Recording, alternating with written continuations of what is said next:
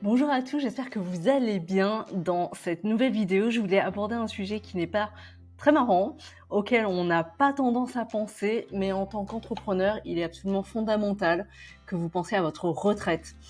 Donc la retraite, loin de moi, mon rôle en fait en tant que votre financier personnel d'entreprise, c'est qu'en tant qu'entrepreneur, vous ayez une réflexion dessus. Donc, soit vous vous faites accompagner, il y a vraiment des cabinets spécialisés, peut-être que votre expert comptable peut le faire. Moi, je suis là en fait pour vous mettre de la vigilance sur ce sujet parce que lorsqu'on est jeune, et moins jeune d'ailleurs, en fait, on se dit qu'on a tout le temps d'y penser, sauf que le moment où vous y pensez, dans le pire des cas, c'est peut-être 5 ans avant la retraite et si vous avez besoin de cotiser plus, ce sera trop tard et en fait, de toute façon, la stratégie, il vaut mieux l'avoir avant. Donc ma recommandation, en fait, même si vous avez été salarié, mais si vous avez cumulé différents statuts comme le micro-entrepreneuriat, le salariat, être à votre compte, être dirigeant mais en étant financé par des dividendes, moi je vous recommande déjà de faire un point global. Et pour ça, vous pouvez le faire tout seul. En fait, il y a un site internet qui est géré par la sécurité sociale et qui vous donne en fait, qui a pour vous en fait consolider toutes vos périodes de retraite et qui vous dira combien de trimestres déjà vous avez cotisé et ensuite de combien de trimestres, à quel âge vous pourrez partir à la retraite. Alors, je ne vais pas partir dans une explication qui est plutôt technique sur les modalités de retraite. Ce qu'il faut que vous compreniez en tant que dirigeant, de toute façon, que ce soit pour vous ou pour vos salariés, c'est que la retraite, en fait, il y a deux conditions pour partir. Soit, en fait, vous avez le droit de partir entre 62 et 67 ans.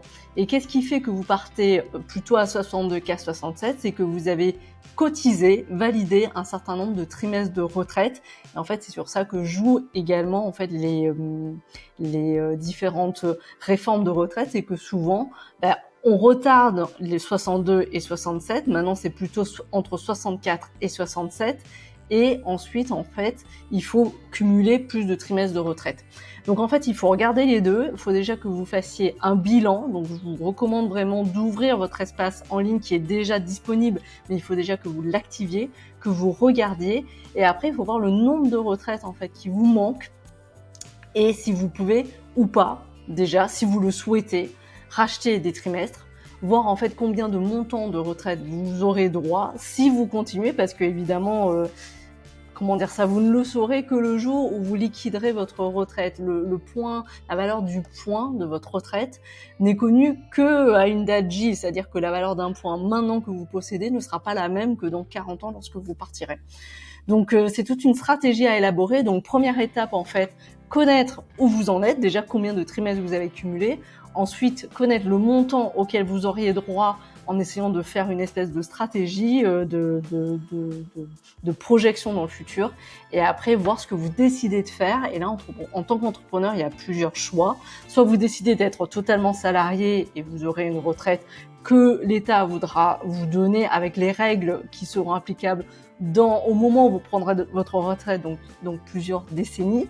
Soit vous décidez en fait de faire une retraite par capitalisation à 100%, donc vous cotisez plus du tout, vous êtes plus du tout salarié, et tant pis, même si vous avez déjà cotisé en tant que salarié.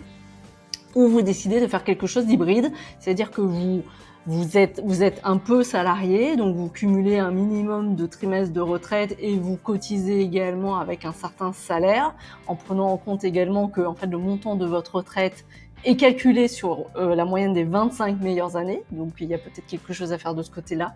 Donc voilà, il y a toute une stratégie à avoir. Mon meilleur conseil, et c'est le but de cette vidéo, c'est que dès maintenant, vous ayez au moins une conscience du nombre de retraites, du nombre de trimestres auxquels vous avez déjà cotisé et d'élaborer une stratégie. Ce qui ne veut pas dire évidemment qu'elle va rester figée dans le temps, mais au moins vous saurez à l'âge et le plus tôt et le mieux, en fait, vous aurez une stratégie que vous pourrez piloter avec le temps. Donc j'espère que cette vidéo vous aura été utile. N'hésitez pas à mettre des commentaires. Je vous rappelle, je suis pas spécialiste retraite. En fait, mon rôle, c'est vraiment de vous donner des conseils, de vous mettre des points de vigilance sur des points qui sont importants. J'espère que cette vidéo aura eu de l'utilité pour vous. Pour rappel, j'accompagne les femmes entrepreneurs à impacter et à transformer en profit leur zone de génie. Si vous avez besoin de plus d'aide, si vous voulez avoir plus de renseignements, n'hésitez pas à cliquer sur les liens de la vidéo. À très bientôt.